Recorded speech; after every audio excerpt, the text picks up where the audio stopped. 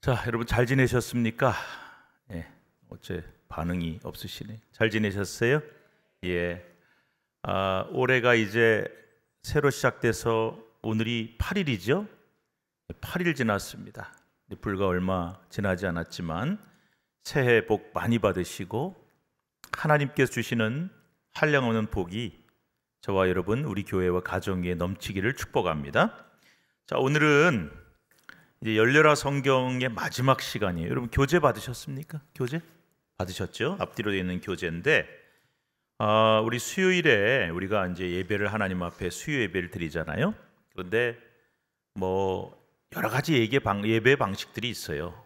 뭐 우리가 일반적으로 주일에 드리는 예배도 있고 여러 가지가 있는데 사실 이제 우리가 시대가 바뀌다 보니까 하나님 말씀을 공부할 수 있는 시간이 그렇게 많지 않습니다. 물론 뭐 옛날에도 바빴고 지금도 바쁘지만 평일에 교회 와서 뭐 성서 아카데미라든지 아니면 다른 성경 공부 그룹을 하면 제일 좋아요. 그런데 직장인들은 또 직장인대로 또 우리 일반 우리 가정주부들도 다 요즘 또 맞벌이도 많이 하시고 다 바쁘니까 평일에 성경 공부하는 시간을 그렇게 내기가 쉽지가 않습니다. 그래서 수요일에 이 시간에 말씀 배우면 참 좋겠다는 생각을 해서 신천 성서 아카데미라는 타이틀로 우리가 성경을 좀 공부하면 좋겠다. 근데 뭐 우리가 수요 예배 아시다시피 시간이 한정이 있잖아요. 뭐 2시간, 3시간 할 수는 없으니까 짧은 시간이지만 그 짧은 시간에 어떤 말씀을 배우면 좋을까? 그래서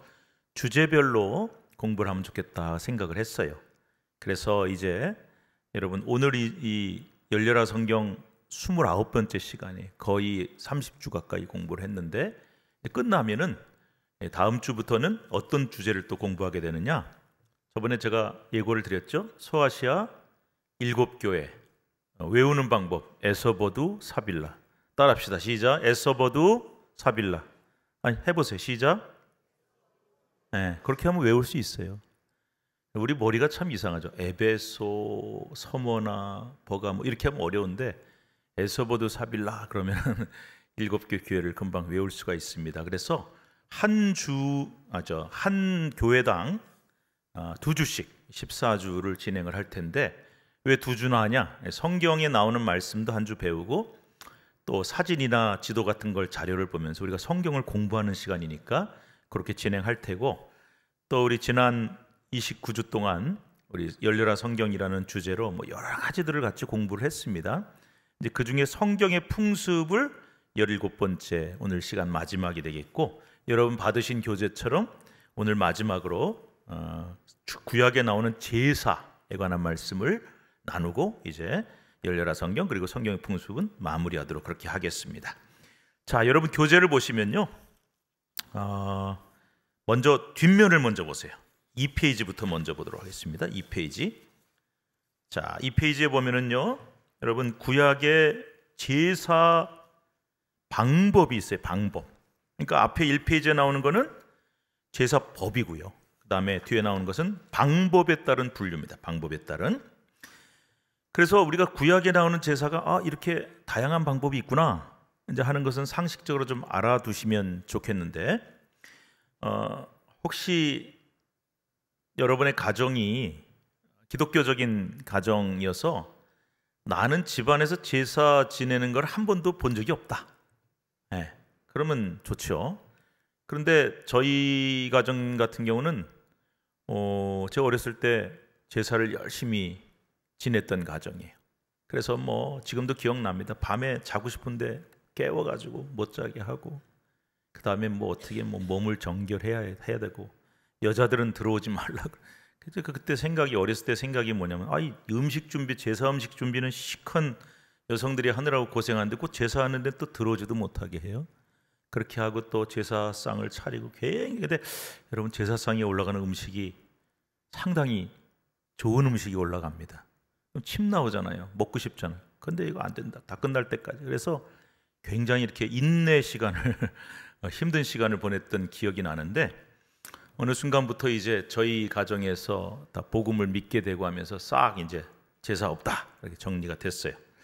근데 저희 집안 얘기를 잠깐 하자면 저희 아버님은 함흥에서 잘하신 분인데 이제 월남하실 때 형님하고 두 분만 내려오셨으니까 저희는 일가 친척이 정말 없어요. 친척 다 모아보에 몇 명 안 돼요. 그런데 저희 큰댁은 제사를 계속 지냈어요. 그러면 이제 뭐 명절 되면 가끔 가서 뭐 참석을 하지만 저희 큰아버님이 다 예수 믿는 집안이니까 좀 트인 분인 것 같아요. 제사상에 절 안 해도 된다. 그래서 우리는 그냥 옆에서 보기만 하고 그렇게 했던 기억이 나는데, 어쨌든 어렸을 때 제사를 지내는 모습을 보면서 왜 이렇게 제사법이 복잡하지? 그렇게 생각을 했어요.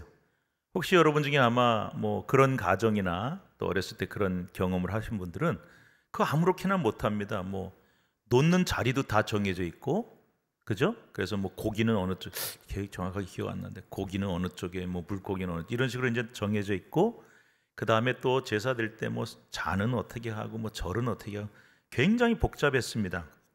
그래서 우리가 제사에 대해서는 굉장히 까다롭고 복잡하다고 생각을 하는데 성경 읽어보니까 제사가 나와요.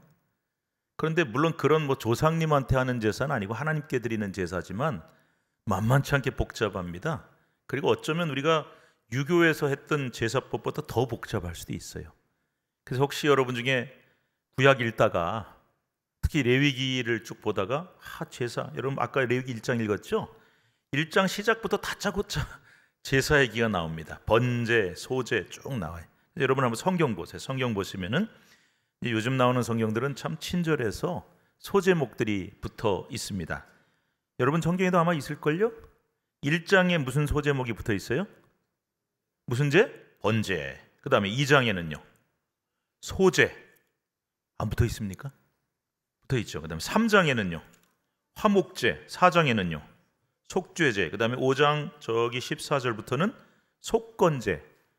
자, 그래서 번제, 소제, 화목제, 속죄제, 속건제, 이 제사를 레위기 5대 제사라고 부릅니다. 그래서 그 제사는 여러분이 가지신 교재에 1페이지에 정리가 되어 있습니다. 그런데 5대 제사인데 제사를 드리는 방법에 따라서 또 다른 분류가 있어요. 그게 바로 여러분 가지신 교재의 2페이지에 나와 있는 방법에 따른 분류로 구약의 제사를 구분할 수 있다. 그러면 한번 이렇게 생각을 해보십시다. 왜 우리가 구약의 제사를 왜 공부를 해야 돼? 그거 왜 알아야 돼? 여러분 보고 이거 다 외우라고 안 그럴 거예요. 시험 안 봅니다. 그러니까 뭐 이거를 다 외우실 필요는 없지만 지금 시대가 어느 시대인데 우리가 왜 제사에 대해서 배워야 되고 제사가 무슨 의미가 있냐? 이렇게 생각하실 수가 있죠. 근데 여러분 이제 우리가 그걸 이해하려면 구약과 신약의 관계를 이해를 하셔야 돼요. 자, 구약에 있는 거 오늘날 한번 이거는 동그라미 X표 OX 문제니까 맞춰보세요. 구약에 있는 모든 규정들을 우리가 다 오늘날 지켜야 된다? 아니다. 지켜야 된다? 아니다. OX 문제가 세상에서 제일 어렵죠. 다 지켜야 된다 그러면 여러분은 지금 제사도 다 지내야 되고, 그죠? 그 다음에 또 오늘 혹시 돼지고기 드신 분 있습니까? 못 먹죠. 뭐 추어탕이나 장어 드신 분 있습니까? 못 먹죠. 못하는 게 너무 많을 거예요. 그래서 우리가 구약에 있는 율법들을 문자 그대로 다 지키지는 않습니다. 따라서 구약에 나오는 율법은 사도 바울이나 히브리서에 의하면 일종의 모형이에요. 그래서 이것은 신앙적으로 비유적으로 설명을 좀 해야 될 필요가 있습니다. 그러나 신약에 나오는 예수 그리스도의 속죄라든지 교리라든지 이런 건 우리가 그대로 지키고 있어요. 그러나 우리가 구약을 버리지 않는 이유는 거기에 굉장히 중요한 영적인 교훈이 들어있기 때문입니다. 아마 여러분들을 지금까지 신앙생활 하시면서 이런 결심들 많이 하셨을 거예요. 아니면 또 올해 새로 시작하면서 내가 평생 교회를 몇십 년 다녔는데 성경을 마음 먹고 일독을 해본 적이 없어. 그래서 내가 창세기부터 요한계시록까지 한번 일독을 해야겠다 하고 마음 먹고 시작하실 때 아마 그런 경험 해보셨을 것 같아요. 창세기 딱 읽어요. 재밌죠? 창세기 우리가 잘 아는 얘기들도 나오고요. 그 다음에 출애굽기 얼마나 우리가 잘 아니까. 우리 모세 이야기, 또 10가지의 재앙 이야기, 홍해를 가르니. 근데 대부분의 사람들이 어디서 많이 걸리냐면은 출애굽기 20장에 들어가면은 혹시 여러분 20장부터 어떤 내용이 나오는지 아십니까? 성막에 관한 얘기가 나와요. 약간 따분해지기 시작하고 좀 지루해지기 시작합니다. 뭐가 뭐 몇 큐빗이고 뭘로 만들고 이게 뭐지 무슨 의미가 있지? 근데 여러분 여기서 이제 우리가 좀 지루해지면서도 출애굽기 20장부터를 읽어야 되는 이유가 뭐냐면, 자, 여러분이 아까 대답했어요. 구약에 있는 모든 조항과 율법을 그대로 지켜야 된다 아니다? 아닙니다. 영적으로 해석해야 됩니다. 자, 그러면 우리가 그대로 지킨다면은 지금 성막 만들어야 되죠. 근데 지금은 성막이 없습니다. 성막은 뭐죠? 신앙적으로 비유적으로 뭐가 될까요? 성막은 바로 교회입니다. 이 성막이란 거는 광야에서 계속 이동 생활을 해야 되니까 어쩔 수 없이 텐트 형태로 조립식으로 만든 것인데, 이스라엘 백성들이 가나안 땅에 들어가서 정착한 다음부터는 성막이 아닌 건물 형태, 고정된 성전을 지었습니다. 그리고 성전에서 제사를 지냈죠. 그리고 그것이 신약 시대로 넘어오면서는 교회가 되는 것입니다. 그래서 물론 성전은 바로 교회다 이렇게는 말할 수는 없지만, 이 성전의 모든 기능과 정신은 오늘날 교회로 이어지기 때문에 이 성막이라고 하는 걸 우리가 출애굽기 20장부터 쭉 읽을 때 어떤 교훈을 받아야 되냐? 교회는 어떠해야 되느냐? 또 우리 몸을 거룩한 성전이라고 했으니까 나는 어떤 삶을 살아야 되느냐? 그리고 그 성막과 성전 안에 있는 모든 기물과 이것은 예수 그리스도를 중심으로 그 메시지가 모아지기 때문에 오늘 예수 그리스도를 중심으로 한 교회는 어떤 교회가 되어야 되고 어떤 삶이 되어야 되냐를 가르쳐주기 때문에 그 교훈을 가지고 우리가 구약을 읽어야 되고 출애굽기를 읽어야 되는 거예요. 자, 그 다음에 레위기로 넘어갑니다. 많은 분들이 그러시더라고요. 출애굽기 20장부터 성막 얘기 나올 때부터 지루했는데 그래도 성경 읽도 하게 했으니까 꾹 참고 한번 다 읽어보자 하다가 레위기에 가서 절망했다는 분들이 계세요. 레위기 다짜고짜 1장부터 제사 얘기 나옵니다. 지루합니다. 복잡합니다. 뭐 어떻게 해라. 그런데 여러분 이것도 마찬가지예요. 레위기에 나오는 제사를 우리가 그대로 드릴 필요가 없습니다. 이것도 한번 맞춰보세요. 누구 때문에? 이건 다 아실 것 같은데 누구 때문에? 예수 그리스도 때문에. 자, 구약시대에는 예수님이 물론 삼일체 하나님 계셨지만은 예수님을 통한 구원이나 또는 이런 어떤 속죄 개념이 없었기 때문에 구약 시대에는 제사가 대신 있었던 거죠. 그래서 내가 죄를 졌어요? 그러면 지금 여러분들은 죄 지음, 물론 죄 안 지시는 게 제일 좋습니다. 그런데 죄 지으면은 어떻게 하시면 되죠? 네, 회개하면 돼요. 그리고 회개 기도하신 다음에 마지막에 누구 이름으로? 예수님의 이름으로 기도합니다. 아멘 하면 돼요.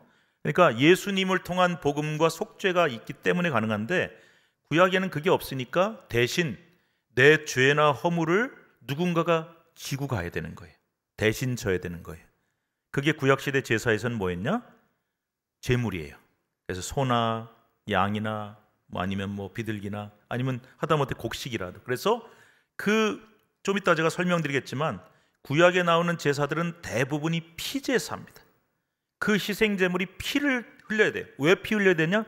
내가 원래 피 흘려야 되는 게 나고 죄 지은 게 나고 벌 받아야 되는 게 나고 저주 받아야 되는 게 난데 내 죄를 대신 그 희생 제물에게 전가해서 그 희생 제물이 죽고 피가 흘려지고 희생을 함으로써 내 죄가 사해지는 이런 개념으로서 우리가 제사를 드리는 것이죠. 그런데 이 구약 시대에 나오는 제사의 특징은 일회성이라는 거예요. 한번 따라 합시다. 일회성. 그러면 효과가 몇 번 간다는 얘기? 한 번밖에 없어요. 그래서 이제 제가 우스갯소리로 이런 얘기 가끔 합니다. 이따가 나오겠지만 화목제나 이런 거 보면은 이제 성도들끼리 백성끼리 문제가 생기고 갈등이 생겨서 죄를 짓거나 뭐 이러면은 하나님 앞에 제사를 지내는 거예요. 그래서 이제 하나님 제가 저 사람 미워했습니다. 뭐 가다 교통사고 나라고 제가 막 저주했습니다. 회개합니다 하고 하나님 앞에 제물을 딱 드리고 그리고 이제 집으로 돌아가는데 양 한 마리 끌고 와서 제사 지내고 집으로 돌아가는데 그 인간을 만났네. 그래서 또 막 미운 마음이 생기고 화나고 막 저주하고 그러면 어떻게 될까요? 다시 돌아가야지 뭐. 그래서 한 번밖에 효과가 없는 거예요. 근데 여러분 예수님 때문이라고 아까 얘기한 것은 예수님이 속죄 제물이 되셨어요. 그리고 영원한 십자가 위에서 우리 모든 죄를 지시고 돌아가심으로 그 핏값으로 우리 모든 죄를 사하셨어요. 따라서 일회성이 아닌 여기에다가 뭐라고 이름을 붙이냐면 유일회성이라고 부릅니다. 자, 한번 따라합시다. 유일회성. 유일회성이란 말은 단번에 끝냈다는 얘기. 예수 그리스도의 십자가의 죽으심과 그 보혈 흘림으로 모든 죄를 지시고 단번에 다 지고 가셨기 때문에 또 드릴 필요 있다 없다? 없다. 제물, 하나님 앞에 희생제물 드릴 필요 있다 없다? 아니다. 어린 양 예수님이 다 지고 가셨다. 그리고 우리가 예수님의 이름으로 죄사함을 받고 우리가 의인이 될 수 있는 길이 열렸다는 거예요. 그래서 오늘날 제사는 필요 없습니다. 다만 제사가 갖고 있는 굉장히 중요한 메시지들이 있는데 그것을 이제 지금부터 말씀을 드리려고 합니다. 한 가지만 더 서론으로 말씀을 드리면요, 레위기가 좀 지루하고 재미가 없게 느껴질 텐데 좀 꾹 참고 읽어보세요. 저는요, 신기하게도 제가 신학교 다닐 때 신대원 졸업할 때 논문 쓰고 대학원 졸업할 때 논문 썼는데 다 주제를 레위기로 썼어요. 근데 저보고 교수님이 물어보시더라고요. 왜 레위기로 계속 쓰냐? 전 레위기가 제일 재밌어요. 그랬더니 별 희한한 학생이 다 있다. 근데 여러분, 레위기가 굉장히 메시지가 깊습니다. 왜냐하면 레위기의 가장 중요한 주제는 따라합니다. 거룩. 따라하세요. 거룩이. 내가 거룩하니 너희도 거룩하라. 그럼 거룩한 삶을 살려면 어떻게 해야 돼? 그래서 제사, 희생 이런 것들이 다 들어가 있어서 이 삶의 거룩성을 가장 잘 표현해주는 성경책이 바로 레위기입니다. 제가 이 시간에 다 말씀 못 드리지만, 따라서 우리 신앙생활에서 굉장히 중요한 얘기를 하나 제가 드릴까요? 우리가 너 구원받았냐 할 때 이 구원이라는 개념을 좁게 생각하면 예수 믿고 죄사함 받고 구원받았냐, 이게 좁은 의미예요. 근데 이 좁은 의미를 우리가 교리적으로 설명할 때 이렇게 부릅니다. 제가 따라하시라고 하는 이유는 여러분이 이거는 기억을 하셔야 되기 때문에요. 따라합시다. 칭의. 칭이란 말 들어보셨죠? 이신칭의. 믿음으로 의롭다함을 얻는 거예요. 좁은 의미에서의 구원입니다. 그런데 성경은 좁은 의미의 칭의, 믿음으로 내가 죄사함을 받고 거룩해졌다라고 끝나는 게 아니라 거기에 한 가지가 더 붙습니다. 그게 뭐냐? 따라합시다. 성화. 들어보셨죠? 성화는 거룩해지는 거예요.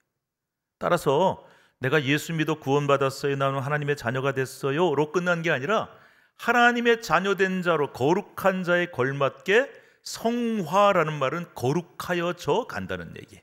삶이 변화되는 거예요. 그래서 그 삶의 변화와 거룩하여져 감을 포함한 넓은 의미의 구원이 성경적인 구원입니다. 따라서 여러분, 우리 그런 고민이 있잖아요. 내가 예수 믿는데 자꾸 예수 믿는 사람답게 살지 못하고 내 삶이 거룩하지 못해서 고민해. 그렇다고 해서 취소되는 건 아니에요. 그러나 우리가 내가 예수 믿는 사람답게 거룩하게 살아야 되는데 거룩한 삶이 뭘까? 할 때 그 거룩한 삶에 대해서 가장 잘 설명해 주는 책이 레위기라는 것입니다.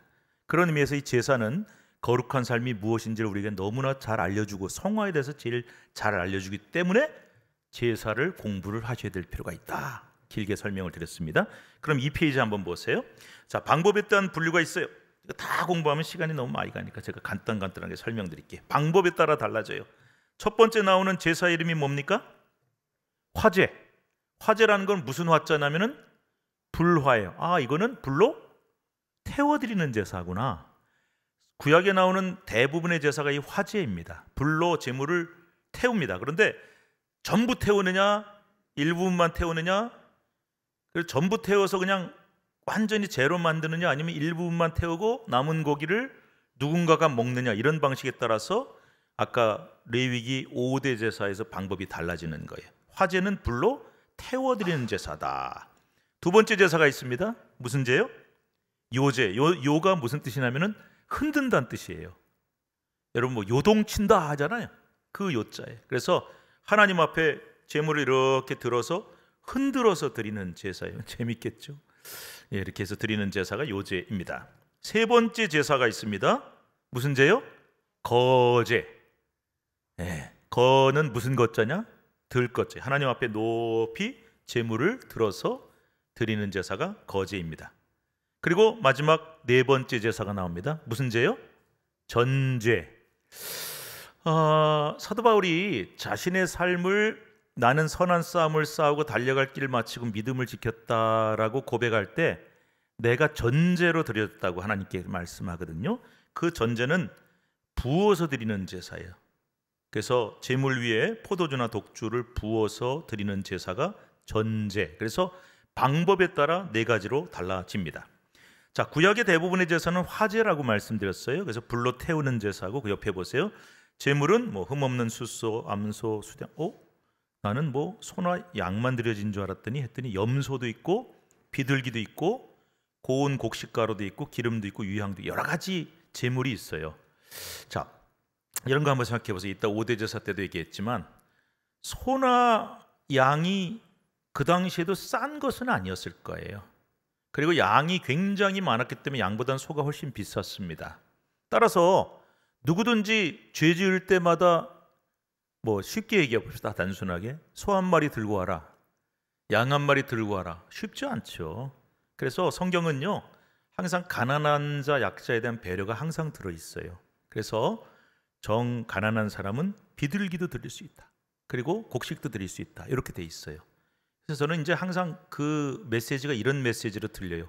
여러분, 교회라는 데는 말이죠, 신앙인이란 말이죠, 무조건 이거 법이야 규칙이야 지켜. 물론 그런 것도 있어요. 꼭 지켜야 되는 게 있어요. 그런데 가난한 사람이라든지 아픈 사람이라든지 약자라든지 소외된 사람 같은 그런 사람들에 대해서 하나님께서 은혜를 베푸시는 장면들이 너무 많기 때문에 교회는 무조건 법이야 원칙이야 무조건 누구나 지켜. 그것도 있지만, 물론 있지만 상당 부분은 그런 분들에 대한 배려가 굉장히 많이 들어가 있어요.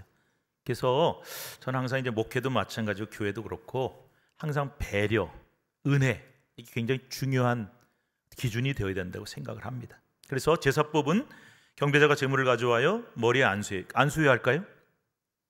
설마 소나 양을 뭐 목사를 만드는 건 아닐 테고, 그죠? 안수기도는 아닐 테고. 안수의 의미가 뭐냐? 죄를 전가하는 겁니다. 제사장이 그 머리에다가 손을 얹어서 안수를 하면은 이 제물을 갖고 온 이 사람의 죄가 그 제물에게로 전가돼요. 그래서 피를 뿌립니다. 피로 희생을 치러서 그 피로 정결해지는 것이고 태워서 불살로 드립니다. 그래서 해당되는 제사가 옆에 나와 있죠. 번제, 소제, 화목제, 속죄제, 속건제인데 소제도 곡식을 태운다는 의미에서는 번제에 해당이 되고요. 의미는 뭡니까? 옆에 영적인 의미는 속죄를 위한 예수님의 피 흘리심과 희생을 의미한다. 이렇게 보시면 되겠고요. 요제는 아까 무슨 제사라고 그랬어요?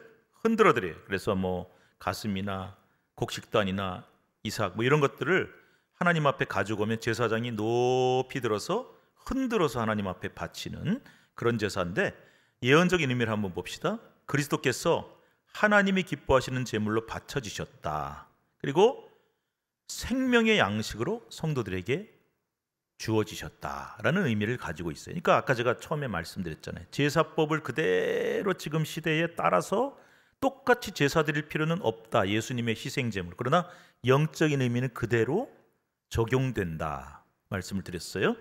그 다음에 세 번째, 거제는 들어 올리는 제사죠. 제물이 어떤 제물인지 보시고, 제사법은 경배자가 갖고 오면은 하나님 앞에 높이 들어 올려서 바치는데요. 그래서 예언적인 의미는 그리스도께서 바쳐지신 거죠. 하나님이 기뻐하시는 제물로 바쳐지셨다. 생명 양식으로 주어지셨다.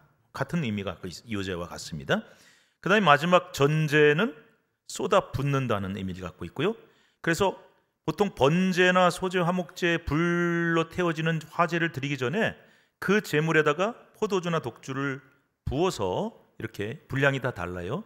그래서 붓는 제사인데, 이것이 사도 바울이나 신약 시대에 넘어가서는 내가 희생 제물로 드려지고 포도주나 독주가 부어지듯이 내 피가 하나님을 위해 제물로 쏟아 부어진다라는 의미를 갖고 있어요. 그래서 희생, 헌신.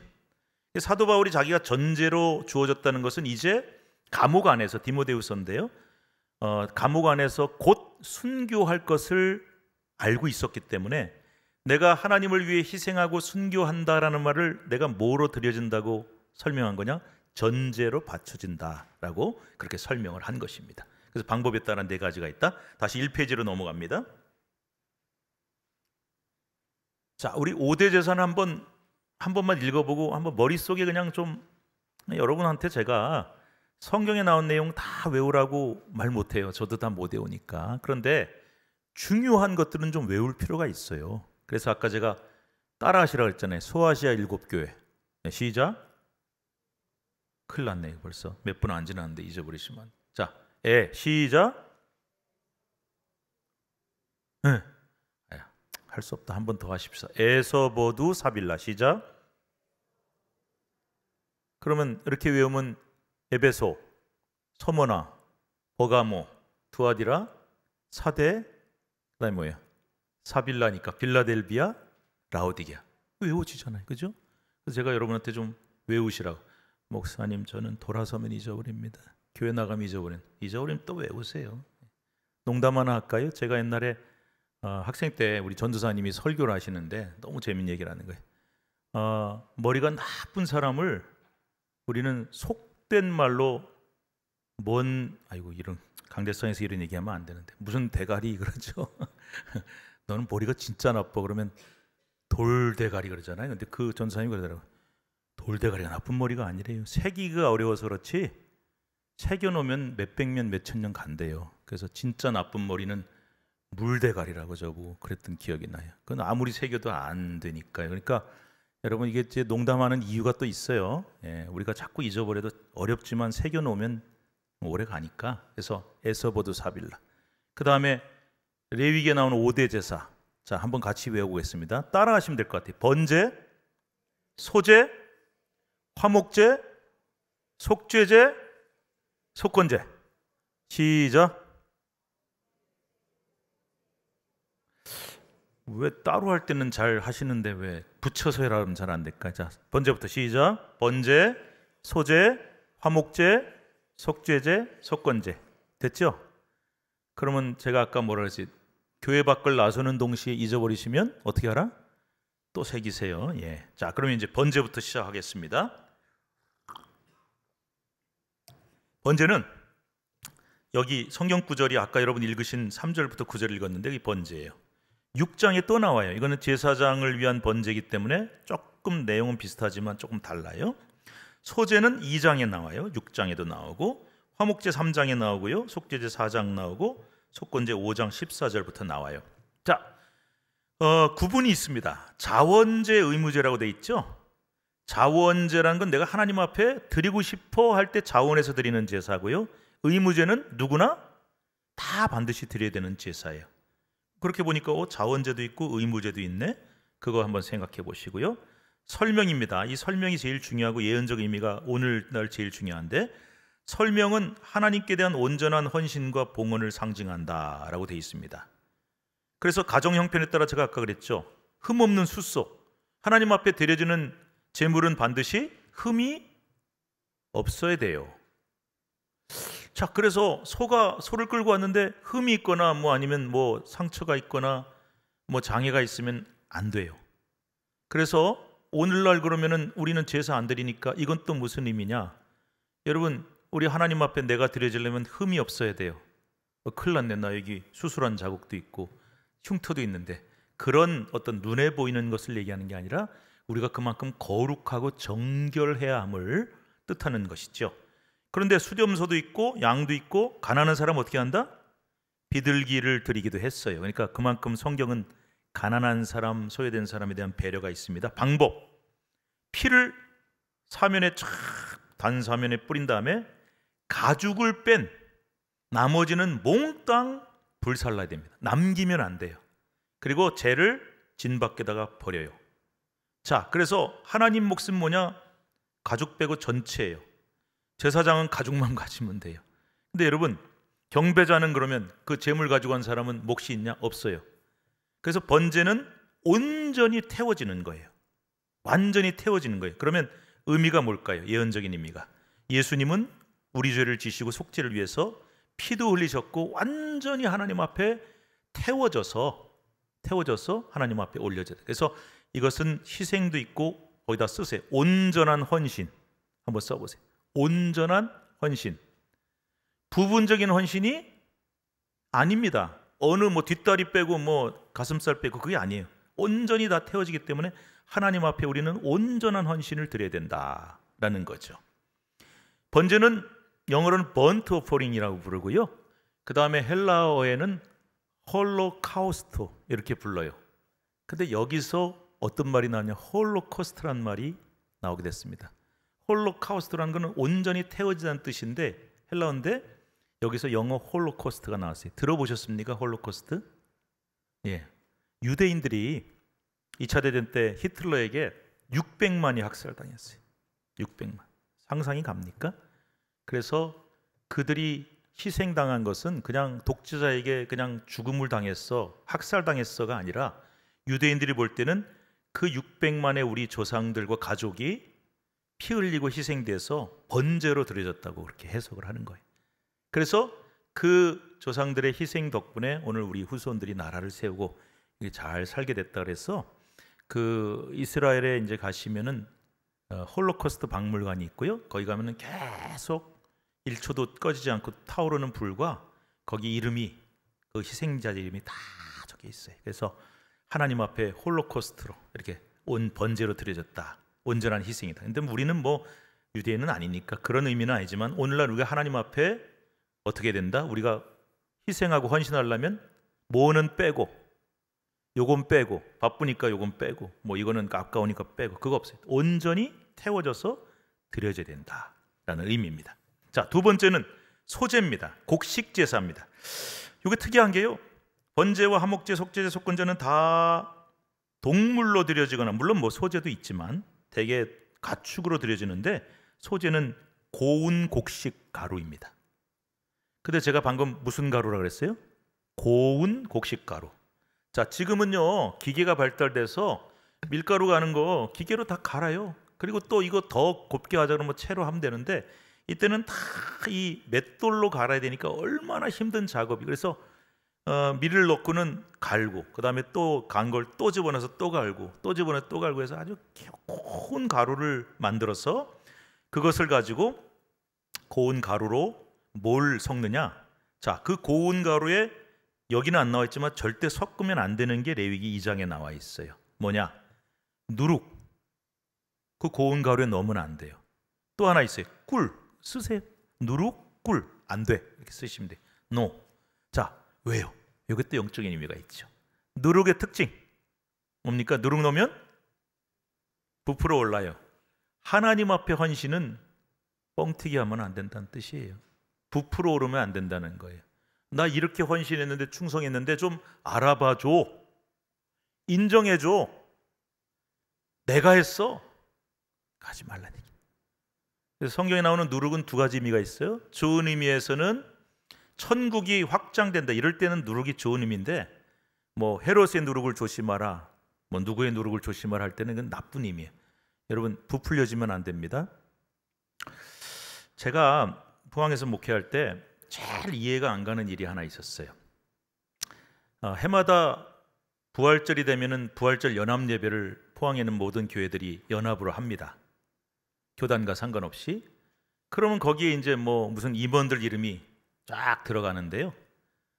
한 번은 막 뭐 큰 소리가 나고 난리가 났더라고요. 그래서 갔더니 자기 이름이 이 사람보다 뒤에 있다고.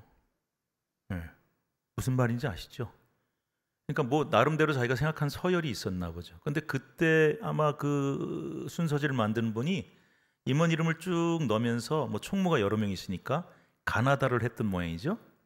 근데 이 목사님이 화가 난 거예요. 왜 가나다로 했냐? 내가 먼저인데. 이게 누룩이에요? 잘 이해가 안 가세요? 이게 누룩이에요? 아니 우리가 하나님 앞에 내 이름이 먼저 들어간 게 무슨 소용이 있습니까? 아니 이름 빼면 돼요. 뭐 이름 낼 필요 뭐 있어요? 안 알아주면 어때요? 그죠? 누룩 들어가면 안 돼요.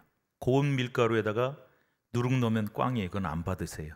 그래서 제가 재밌는 게 뭐냐면 시컨 하나님 앞에 헌신하고 시컨 충성하고 노력했는데 거기 뭐가 들어가면 말짱 꽝이다?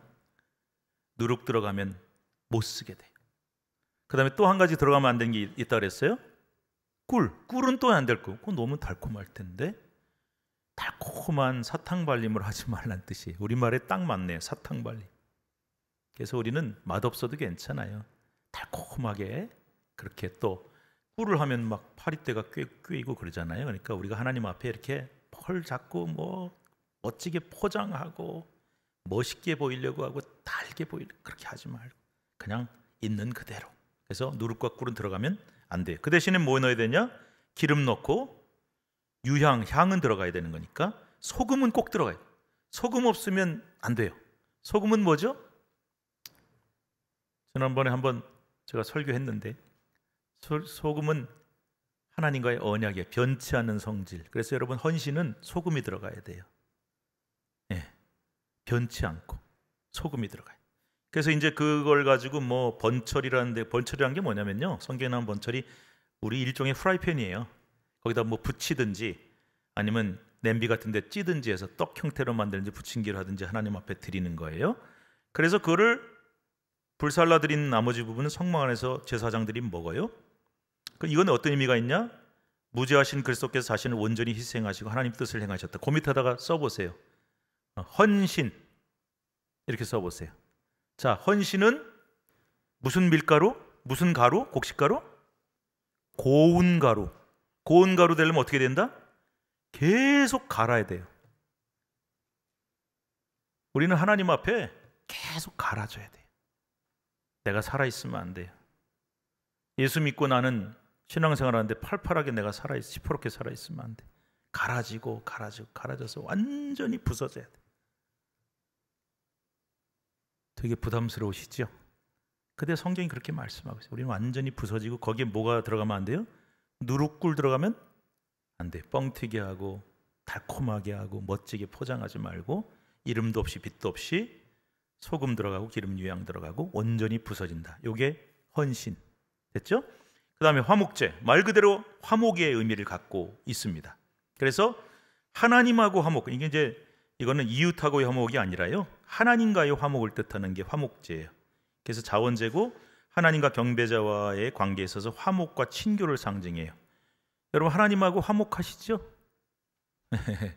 하나님하고 화목하셔야 되는데 그 화목을 예수님이 다리를 낳아주셨으니까 예수님 잘 믿어서 하나님과 화목하시는데, 가정 형편에 따라 이것도 역시 또 종류가 다르고요. 그 다음에 화목제 특징은 뭐냐면은 제물의 피를 단 사면에 잘 뿌리고, 그 다음에 아까 우리 번제는 가죽을 제외하고 몽땅 태운다 그랬죠? 그런데 이 화목제는 좀 달라요. 내장에 덮이거나 붙은 기름과 콩팥과 그 위에 기름은 번제로 드린다. 왜 기름을 번제로 드리지? 성경에 보면요, 동물 중에 가장 좋은 부위가 기름이라고 생각을 했어요. 그래서 제일 좋은 거는 누구에게? 하나님께. 고기는 놔뒀다가 제사장이 몫으로 주게 돼 있어요. 그래서 여기 또 아주 중요한 영적 의미가 있죠. 가장 좋은 것은 하나님께, 제일 먼저 하나님께 앞에 드린다. 그래서 역시 그리스도의 피 흘려 죽으심과 성도와 하나님을 화목케 하신다. 그래서 이 의미는요, 우리와 하나님과의 화목을 뜻합니다. 자, 그 다음에 네 번째 제사로 넘어갑니다. 속죄제입니다. 속죄제. 이 속죄라는 개념은요, 이제 하나님 앞에 우리가 죄를 지었을 때 그 죄 사함을 받기 위해 속죄, 그야말로 속죄를 위해서 드려지는 제사인데요, 대속죄일에 드린다 그랬어요. 7월 초하루에 있는 대속죄일에 드리는 거고, 뭐 신분에 따라 이건 달라요. 제사장은 제일 비싸네, 숫송아지. 족장은 순염소. 이렇게 평민, 가난한 자, 극빈자까지 쭉 내려가면서 제물의 종류가 달라지고 가격이 내려가요. 이건 또 무슨 의미가 있을까요? 여러분, 제사장 제일 종교적으로 볼 땐, 유대교로 볼 땐 존귀한 존재죠. 지도자입니다. 이런 의미가 있는 거죠. 저는 참 신기한 게 뭐냐면은 성경에요, 똑같이 내가 죄를 졌어요. 똑같은 죄를 졌어요. 근데 지도자가 죄가 더 커요. 그래서 더 좋은 제물을 드려야 돼요. 무슨 뜻일까요? 지도자는 그만큼 책임이 크다는 뜻이에요. 그렇지 않습니까? 그래서 오늘날 모든 교회 지도자도 그렇고 나라도 그렇고 정치 지도자도 그렇고, 지도자가 한 사람 잘못하면 혼자 끝나는 게 아니라 많은 사람이 피해를 입고 어렵기 때문에 이 지도자의 책임이 그만큼 크다는 것이고, 이거를 다르게 해석하면 오늘날 교회 안에서도 우리가 예를 들어서 이번에 직분을 받았어, 항존직이 됐어. 누가 그렇게 축하했대죠? 승진하심을 축하드린다고. 승진 아니에요. 승진 아니고 책임이 더 그만큼 커지고 희생도 더 많이 요구하시는 거예요. 하나님이 지도자에겐 더 큰 것을 요구하신다, 그런 뜻이 있어요. 그래서 제가 이제 어느 교회 그 임직식에 가서 축사를 하게 됐습니다. 축사란 거 보통 축하합니다 이렇게 되잖아요. 근데 제가 그날 이렇게 얘기했어요. 오늘 장로 임직 받으시는 분들 삼가 조의를 표합니다. 깜짝 놀라죠. 뭐야 이거 축하하러 와서 삼가 조의를 표합니다. 죽으셨습니다. 죽으셔야 됩니다. 그래서 삼가 조의를 표합니다. 죽으셔야 됩니다. 더 죽으셔야 됩니다. 했더니 그때 이해를 하더라고요. 그러니까 그만큼 책임이 큰 거예요. 자, 그리고 이제 드리는 방법 쭉 나와 있죠. 내장, 기름, 제일 좋은 거는 하나님 앞에 드리고 그 밖의 것은 정결한 곳에 가서 불살르고. 그리고 제사장 몫은 족장 및 평민의 속죄 제물 중에 하나님께 불살라 드리지 않은 부분은 제사장에게 제일 좋은 것을 주는 거죠. 의미는 뭡니까? 그리스도께서 속죄를 위해 우리의 죄 사함을 위해서 피 흘리시고 아까 그랬죠? 그 외 부분은 어디 가서 불살라라? 진 밖에. 그러니까 이 구약 시대에 이스라엘 백성들이 출애굽을 해서 광야 지날 때 진이 있을 거 아니에요. 진영. 그 바깥에 가서 불살라라. 그래서 예수님은 예루살렘 밖에서 처형되시고 십자가에 달리셨다는 의미도 이 속에 들어있는 거예요. 이해하셨죠? 그 다음에 속건제가 있습니다. 이 속건제가 또 재미있는 제사인데요. 속건제는 뭐냐? 하나님께 마땅히 드려져야 되는 제물이나 이런 것들 중에 부지중이라는 것은 고의성이 아니에요. 고의적으로 하면 해당되지 않습니다. 고의성이 없이 하나님 앞에 떼먹거나 하나님께 마땅히 드려야 될 것을 드리지 않은 경우에 속건제를 드립니다. 그래서 죄를 속하는 의미도 있지만은 관계 개선의 의미가 강해요. 그래서 여러분, 내가 하나님 앞에 요즘 말로 해봅시다. 헌금을 드려야겠다. 아니면 내가 하나님 앞에 헌신을 해야겠다. 했는데 어쨌든 그걸 지키지 못할 때가 있어요. 그러면은 죄가 되니까 그거는 하나님 앞에 제사를 지내겠죠. 근데 여기 아주 특징이 하나 있습니다. 제물에 보시면 흠없는 수량인데 배상액은 제사장이 판단해요. 그때는 재판관 역할을 했으니까. 자, 꼭 그런 건 아니지만 제가 단순하게 설명하기 위해서 제가 말씀드리겠습니다. 제사장님 왜 왔냐? 하나님 앞에 하나님께 드릴 제물을 떼먹었습니다. 제가 예를 들면 얘기를 들면 그는 제가 갑자기 급한 일이 있어서 그거 먼저 갖다 썼습니다. 하나님께 드릴 걸 약속했는데 안 드렸네? 예. 그럼 배상해라. 어떻게 할까요? 그래서 이제 재판관 역할을 하는 거예요. 제사장이. 그거 예를 들면 100만 원어치야. 예? 그러면 100만 원어치 하나님 앞에 제물 드려야겠죠? 속세 제물로. 그런데 거기다가 뭐를 더했냐? 5분의 1을 더해야 돼요. 20%. 자, 계산 나오십니까? 100만 원이면 얼마 드려야 돼요? 얼마? 그러면 5분의 1은 왜 드릴까요?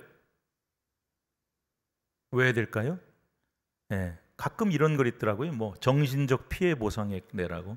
하나님 앞에 정신적 피해를 드린 건 아니지만 제가 죄를 졌기 때문에 그거에 상응한 대가로서 더 하나님 앞에 드립니다 라는 의미를 갖고 있어요. 그래서 저는 이게 또 어떤 영적인 의미를 갖고 있냐? 물론 하나님과의 관계도 마찬가지입니다. 그런데 사람 관계도 마찬가지인 것 같아요. 내가 저 사람한테 아픔을 줬어요. 상처를 줬어요. 갚을 걸 안 갚았어요. 그랬을 때 나 10만큼 잘못했으니까 10만큼 미안하다 그러면 되지? 아니면 10만큼 보상하면 되지?가 아니라 거기에 더 붙어야 돼요. 그만큼 저 사람에게 아픔을 주고 힘든 일을 겪게 하고 상처를 줬기 때문에 그만큼 더 하셔야 돼요. 그래서 여러분, 성경은 굉장히 깊은 의미를 갖고 있어요. 진짜 속죄하려면 이만큼이면 됐지가 아니라 더 과할 정도로 더 많이 속죄하고 미안함을 갖고 풀어가야 된다는 것을 얘기하고 있어요. 자, 그래서 여기 방법도 나와 있고, 그다음에 하나님 앞에 불살라드린 부분 나머지 성막 안에서 먹도록 돼 있고요. 예언적인 의미는 그리스도께서 속죄를 위해 피 흘리시고 고난당하심으로 성도 허물을 사하셨다. 여기 써 있는 거 보면 예언적이면 다 예수님으로 돼 있는데 아까 제가 거기다 쓰시라고 한 게 있었죠. 자, 다시 한번 복습합시다. 번제는 뭐라고 쓰셨어요? 쓰시라고 그랬는데 안 쓰셨어요? 뭐라고 썼어요? 온전한 헌신. 물론 그리스도의 태워지심과 피 흘리심의 의미를 갖고 있지만 하나님 앞에 거룩한 삶이 뭐냐? 진짜 헌신이 뭐냐? 나 필요한 거 빼먹고, 그 다음에 나 상황의 형편에 따라서 이거는 빼고 이거 빼고 하지 말고 온전히 하나님 앞에 태워드리고 제사로 드려져라 해서 온전한 헌신. 그 다음에 소제는 헌신이란 건 내가 갈아지고 또 갈아지고 나는 없어지고 거기에 꿀과 누룩이 아닌 소금이 들어가고 유향이 들어가고, 그래서 하나님 앞에 헌신은 이런 의미가 있다 그랬어요. 화목제, 하나님과의 화목, 거기에 우리가 좀 더 해석을 한다면 이웃과의 화목. 여러분, 그래서 교회는 화목한 교회가 돼야 되고 화평한 교회가 돼야 돼요. 제가 지난주에 설교할 때 그런 얘기했죠. 교회를 위해 제가 늘 기도할 때 첫 번째 기도 제목은 우리 교회가 화평한 교회 되게 해주세요. 화목한 교회 되게 해주세요. 그래서 이게 굉장히 중요한 의미가 있어요. 인간관계가 중요해요. 누가 그러시더군요. 교회 하나님 보고 다니지 사람 보고 다니냐? 사람도 봐야 돼요. 네. 하나님 물론 보고 다녀요. 그러나 여러분, 하나님께만 난 예배할 건데 사람은 다 싫어. 모든 사람하고 불편해. 그 신앙생활 됩니까? 안 돼요. 그래서 인간관계나 화평이 굉장히 중요하다는 의미가 있어요. 속죄제 마찬가지고요. 우리가 하나님 앞에 속죄한다는 것이 어떤 의미냐? 속건제는 하나님도 마찬가지, 이웃도 마찬가지, 손해를 끼치거나 했을 때 내가 고의성이든 아니든 상관없이 그 손해에 상응하는 우리의 노력과 희생이 필요하다는 것을 말씀하고 있어요. 자, 결론. 제가 아까 제사를 왜 공부한다?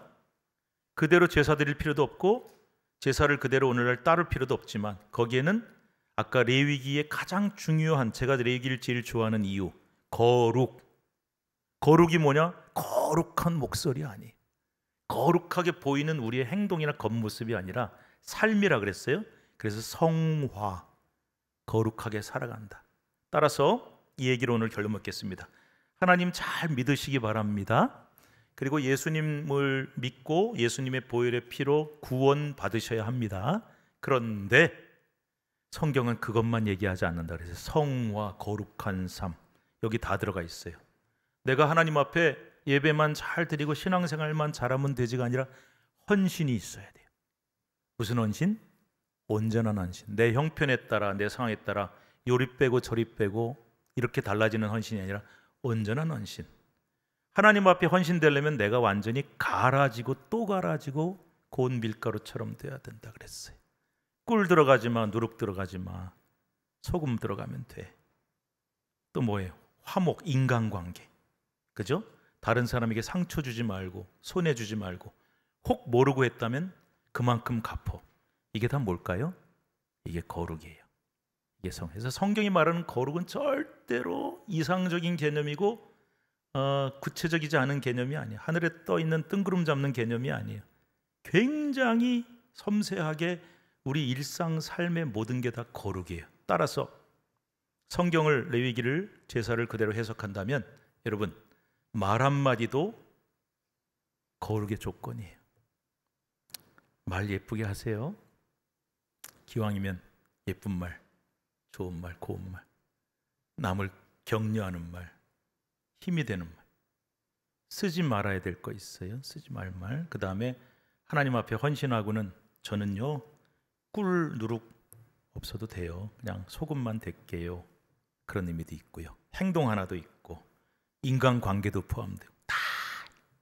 그래서 우리 믿는 사람들은 이 제사를 보면서, 레위기를 보면서 아, 내가 예수 잘 믿고 구원받았다고 끝난 게 아니라 구원받은 자답게 거룩하게 살아야겠구나, 정결하게 살아야겠구나. 그 정결과 거룩에는 내 삶의 모든 구체적이고 작은 부분이 다 들어가 있구나.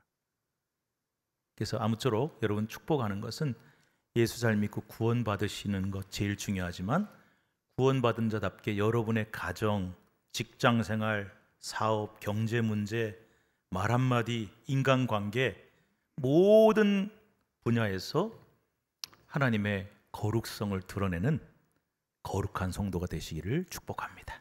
기도하겠습니다. 하나님 감사합니다. 이제 오늘로 열려라 성경 잘 마치고 또 이제 요한계시록 7교회 함께 배우려고 합니다. 오늘 마지막 시간으로 구약에 나오는 제사 방법과 레위기 5대 제사까지 다 공부했습니다. 하나님, 거룩하라고 하셨습니다. 하나님께서 내가 거룩하니 너희도 거룩하라. 우리가 성도란 이름은 거룩한 무리라는 뜻인데 우리의 거룩함은 예수 잘 믿고 구원받았어로 끝나는 것이 아니라 우리의 일상 삶의 현실의 삶 속에 아주 세밀하고 작은 부분 하나하나, 행동 하나, 태도 하나, 관계 하나, 말 한마디에서 드러난다고 하셨는데 하나님, 오늘 우리가 이 말씀 보면서 거룩하게 살아야겠구나 결단하게 하시고 혹 지금까지 신앙생활하고 또 교회 다니면서 혹시 이 부분에서 하나님을 기쁘시게 하지 못한 부분이 있다면 좋은 계기가 되어서 하나님, 나의 모든 삶의 태도와 자세 하나하나가 하나님이 기뻐하시는 거룩한 산제물로 드려질 수 있도록 도와주옵소서. 교회에서 신앙생활하다가 혹시 마음 아픈 일 겪거나 또 다른 이에게 상처를 주거나 아픔을 준 일이 있다면 그것도 다 주님 이 정신대로 해결할 수 있도록 도와주시고 우리의 삶과 신앙생활 모두가 하나님 앞에 화평할 수 있도록 도와주시옵소서. 예수님의 이름으로 기도드립니다. 아멘. 자, 아까 우리가 불렀던